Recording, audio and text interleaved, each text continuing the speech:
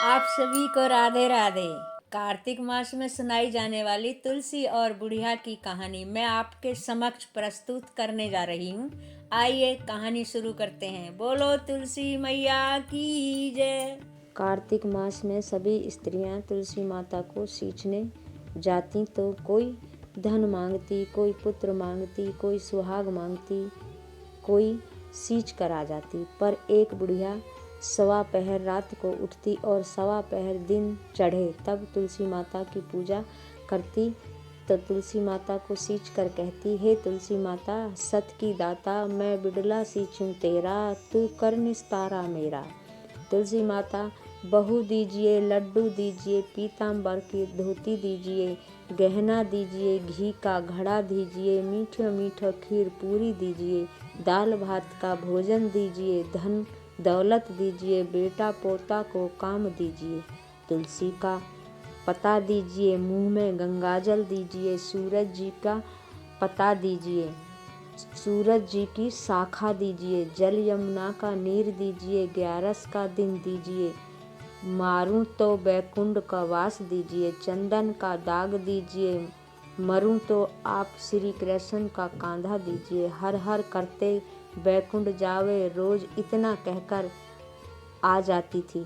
उस बुढ़िया की इतनी सारी बातें सुनकर तुलसी माता सूखने लगी।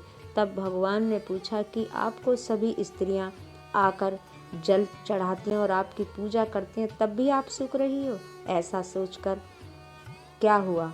तब तुलसी माता ने कहा कि आप मेरे मन की बात मत पूछो। तब भगवान बोले, मैं नहीं पूछूंगा तो कौन पूछेगा? तब तुलसी माता कहने लगी कि एक बुढ़िया माई आती हैं और रोज इतनी सारी मन्नतें मांगती हैं, पर मैं सभी मन्नतों को पूरा कर दूंगी, फिर भी मैं आपका कांधा कहाँ से दूंगी?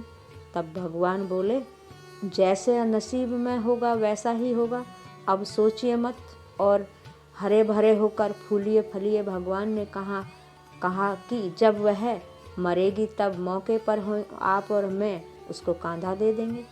आप सुबह जब वह पूजा करने आए तब उससे कह देना कि तुमको सब कुछ मिल जाएगा। कुछ दिनों बाद वह बुढ़िया मर जाती है। पूरे गांव में सभी लोग आए और बुढ़िया को धर्मात्मा मानते थे, क्योंकि वह तुलसी जी की पूजा करती थी। उसके परिवार में कोई नहीं था, इसलिए गांव वाले ने उसका अंतिम संस्कार करने की योजना बनाई और उसे नहला धुलाकर बैकुंठ पर बैठाने के लिए उठाने लगे। तो उसका शरीर इतना भारी हो गया कि उसे कोई नहीं उठा पा रहा था। उसे देखकर सब लोग तरह तरह की बातें करने लगे। वह इतनी पूजा पाठ करती थी, हर समय माला फेरती रहती थी, इसलिए इतनी भारी हो गई है। वह पूरे गांव में चर्चा होने लगा कि बुढ़िया तो भगतनी नहीं थी, वह तो कोई छल कपट करती थी, जो किसी से भी नहीं उठ पा रही है। तभी भगवान ने सोचा कि मेरे भक्तों की तो निंदा हो रही है, इसलिए भगवान ने बूढ़े ब्राह्मण का भेष बदल कर के और वहाँ आ गए और जहाँ पर लोग इकट्ठा हो रखे थे उनसे पूछने लगे, यहाँ पर इतनी भीड़ क्यों लगी है? जिससे लोग कहने लगे कि यहाँ पर एक बुढ़िया मर गई है, वह पापिन थी, यह उठ नहीं पा रही है, सब उठा उठा कर थक गए हैं। तब ब्राह्मण ने कहा कि मुझे बुढ़िया के कानों में कुछ कहने दो, फिर वह उठती है या नहीं। बुढ़िया माई, मैं आ गया हूँ। और बुढ़िया पूजा करते समय जो शब्द कहा करती थी वो शब्द कहने लगे, मैं बिड़ला सींचूं तेरा, तू कर विस्तारा मेरा।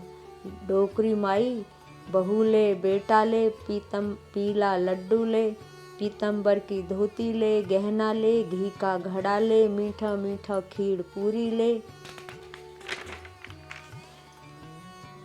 दाल भात का भोजन ले, धन दौलत ले, बेटा पोता को काम ले, तुलसी का पता ले, मुँह में गंगाजल ले, 11 का दिन ले, चंदन का दाग ले, श्री कृष्ण का कांधा ले।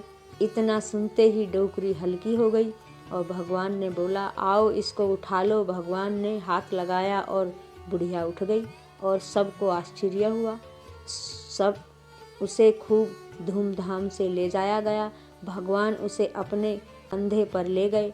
पूरे गांव में बुढ़िया का चलाव बड़े धूमधाम से निकाला गया, जिससे उससे मुक्ति मिल गई और वह बैकुंठ में चली गई।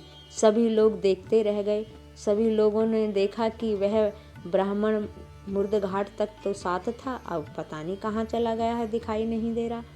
तो सब लोगों के ये समझ में आ गया था कि वह ब्राह्मण नहीं था, ये तो कोई भगवान थे। तो दोस्तों, ये कहानी हमारी कैसी लगी कमेंट बॉक्स में ज़रूर बताएं और हमारी वीडियो को लाइक करें, शेयर करें और चैनल को सब्सक्राइब करें। धन्यवाद।